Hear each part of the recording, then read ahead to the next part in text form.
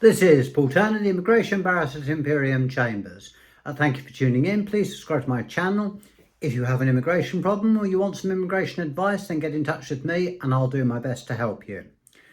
Today I'm going to be talking about NHS debt and what you can do.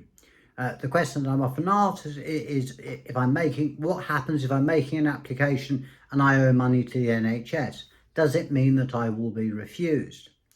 Please watch the rest of this video if you find yourself in the position of owing the NHS money, or alternatively need NHS help but are frightened that if you go and get it, that it will affect any future application, particularly if you're not able to work lawfully due to the hostile environment.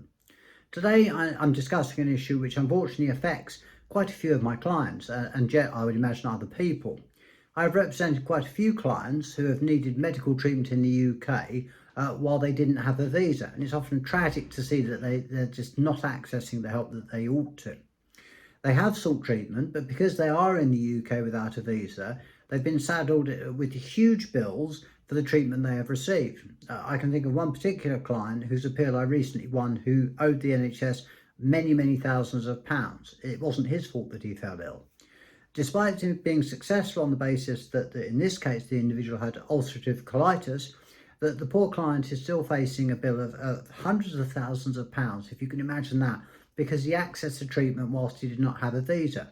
The alternative to not accessing the treatment would have been extreme pain and potential death.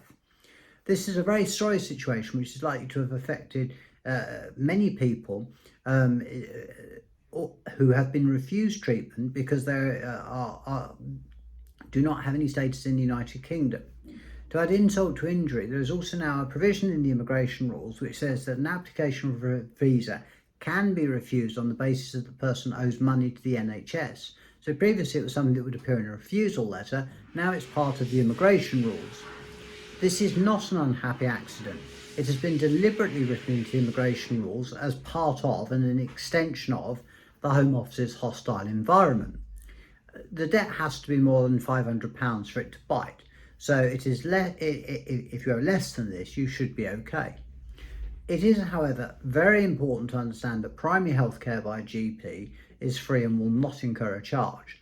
I would encourage anyone who is going through health problems to see their GP, because this service, as I say, will not incur a fee.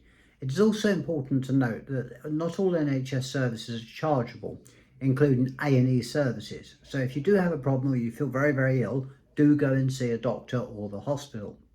So the next question is, what can I do if I owe a debt to the NHS? Does that mean that I'm going to be refused? Well, thankfully, and this is the key issue, refusal on the basis of NHS debt is not a mandatory refusal, such as dishonesty. The Home Office can agree not to refuse an application on that basis. They are likely to do this where there are compelling or compassionate circumstances or human rights considerations that would make refusal disproportionate. Unfortunately, there are no examples in the Home Office guidance given on this issue.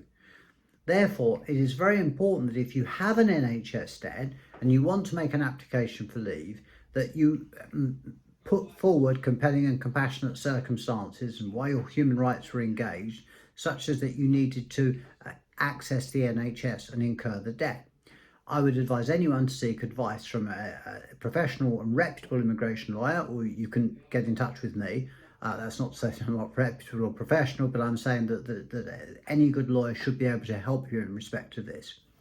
There are a number of ways of dealing with NHS debts, and quite a few technicalities relating to whether the debt actually fits into the category that the Home Office can use against you.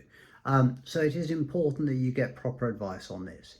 I hope this video has allayed or eased some people's fears as to whether they can still get a visa, but it is an important issue and one that previously wasn't so important, but now it's into the immigration rules. It becomes more important that it's dealt with rather than ignored, because if you don't put forward any reasons, there's a reasonable chance that the Home Office will refuse you if they can, on the basis that you owe money to the NHS. And as I mentioned earlier in respect of the client whose appeal I won, it was through no fault of his own that he fell sick, and he needed the treatment that he was granted by the NHS in order to ensure his basic survival.